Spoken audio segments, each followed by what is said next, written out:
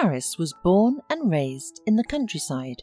His family was poor, and the boy learned from childhood what labour and need were. His mother raised him alone, and Harris knew how hard it was for her. That was why, when he grew older, he decided to stay in the village. His mother tried to persuade him to think it over and still go to the city, because it was difficult to find a job in their village, not to mention a bride. But Harris said he would only leave with her. "No, I'm used to living here, in the silence of the forest. Besides, my parents are buried here. How can I leave them?" lamented his mother. "You see," Harris hugged his mother, "you don't want to leave your parents, but you advise me to do so." "No, I'm staying here. By the way, I was offered the position of forester, and I accepted. As for a bride, if it's meant to be, I'll find her here." "Yeah, in the woods," joked the mother and shook her head. One day Harris was making his rounds of the territory entrusted to him, and as usual he walked especially carefully along the area along the highway. Here often the townspeople abandoned their cars and had picnics with bonfires. This time all was quiet, and he headed deeper into the woods.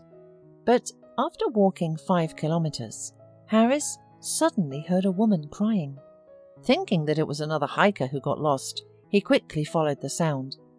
After a few minutes, he was surprised to see a young woman in a wedding dress, sitting under a huge tree. True, the dress was pretty shabby and dirty in the mud, and there was no trace of makeup and hair, but the girl was still incredibly beautiful. When she saw Harris, she jumped up and wanted to run, but her strength left her, and she slumped to the ground again. Harris introduced himself and tried to find out something about her, but all he heard was that her name was Amelia.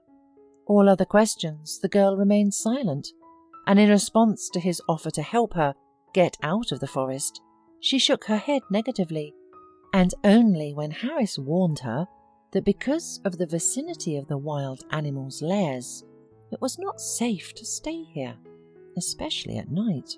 She said, "I can't go home." "Then let's go to my place. Don't be afraid, I live with my mother, and you won't be in any danger." "I'm not afraid of you," Amelia smiled through her tears. Harris took the young woman home. Mrs. Brooke, seeing who her son had brought, spluttered her hands and hustled around the guest. In less than an hour, Amelia, in a warm robe, rosy after the shower, was already sitting at the table and eagerly ate everything Mrs. Brooke offered her. No one asked her a question, and she was grateful to these kind people for their understanding. Harris's mother, noticing that the poor girl was sleepy, put her to bed and then sat with her son for a long time in the kitchen, wondering who the stranger was and what brought her to the wooded wilderness. Meanwhile, Amelia, falling asleep, thought about the fact that for the first time in her life, she had met truly sincere and kind people. She grew up in a very different family. Her parents were wealthy people. Her mother loved and pampered Amelia greatly, but when she was 6 years old, she became seriously ill and died a few years later.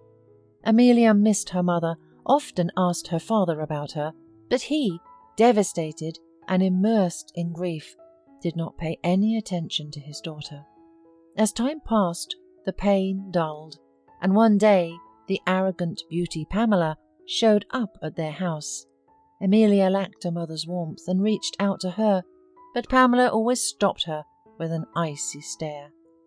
"Amelia, go to your room, you're bothering me," said the father's new sweetheart often.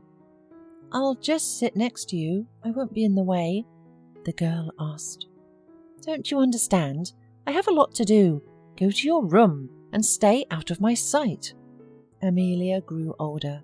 Pamela became more and more irritated, and then suddenly the father decided to send his daughter to study abroad. Amelia did not want to go and desperately resisted, but her father insisted, promising that he would visit her. Finally she agreed, but he deceived her and never came. Pamela gave birth to his 2 children during this time, and he was fully immersed in the new family, not even thinking about how hard it was for his daughter, alone in a foreign country. All her studying years, Amelia looked forward to coming home, but it was not as joyful as she had imagined. Shortly before she arrived, her father called her and told her that he had found her a fiancé, and that they were looking forward to her return to have the wedding. Amelia tried to explain that now were not the times, and she would marry only for love. But her father just said a dry goodbye, offering to finish the conversation at home. Once home, Amelia realized to her horror that he was serious. Clark was his business partner and was old enough to be her father, but not her husband. Amelia's father explained that his business was on the verge of bankruptcy and that the only way to improve things was to become related to Clark. Amelia was horrified, and she did not want to believe that her father could be so cruel to her. "Daddy, I don't want to," cried the girl. "He's old." "Don't be silly, he is still full of strength. And you will even have time to give birth and raise children. What's more, you won't be in need of anything." Amelia wanted to object, but her father no longer listened to her. When Clark came to visit them for the first time, he tried to be polite.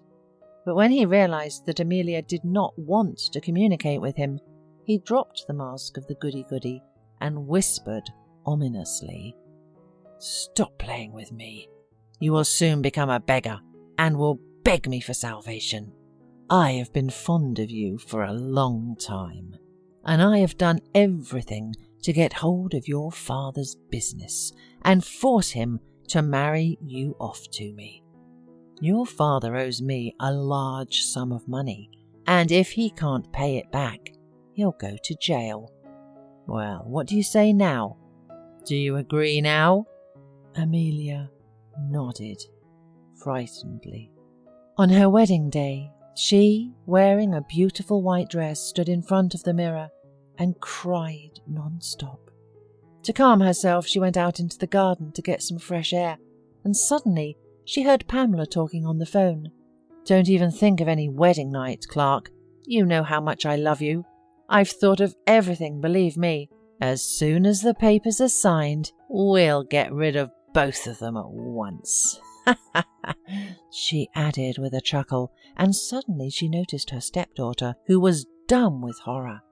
Pamela took a step toward Amelia, but she was already running. She jumped into the car and pressed down on the gas pedal, racing as fast as she could, and soon she was well outside the city. On one of the dangerous turns, the car skidded and overturned. Amelia, by some miracle, was not hurt, and with difficulty got out of the car, went into the woods, not knowing the road, until finally lost her way. If Harris had not found her, no one knows how it would have ended. Amelia stayed at the home of Harris and his mother for 2 weeks. Those were the happiest days of her life. She helped Mrs. Brooke around the house and often spent time with Harris. One evening, while talking with him in the woods, the girl could not stand it and kissed the man.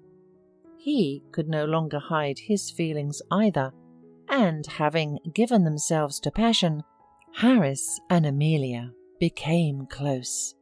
And the next day, Amelia's father showed up on their doorstep. "Oh, I finally found you. I was so worried about you," he exclaimed with anxiety in his voice. "Daddy, I will not marry Clark, and I'm not coming home. He and Pamela are plotting something against us. I heard it myself." I know, dear. There will be no more Pamela and Clark in our lives. I promise," said the father, and told her that the detective he had hired to look for her had accidentally uncovered the criminal scheme of his wife and her lover. It turned out that Pamela had long been having an affair with Clark, and he was his children's real father. The man almost begged his daughter to forgive him and not leave him at such a difficult time. Amelia looked at Harris and Mrs. Brooke and knew from their eyes that they felt sorry for the poor man, and that if she turned her back on him now, she would disappoint the people who had become dear to her. "Let's go home, Daddy," she said quietly, and left the house. Harris's life went back to normal, and he forbade himself to think about how much he missed Amelia. But a month later, there was a knock on the door, and Harris was astonished to see Amelia and her father on the doorstep. "We're back," she announced cheerfully. "Daddy decided to leave the city and bought a house in your village. Indeed, it will be better for our child to live in the countryside." Harris, stunned by such news, looked at Amelia for a few seconds, not believing his happiness, and then hugged her tightly and kissed her.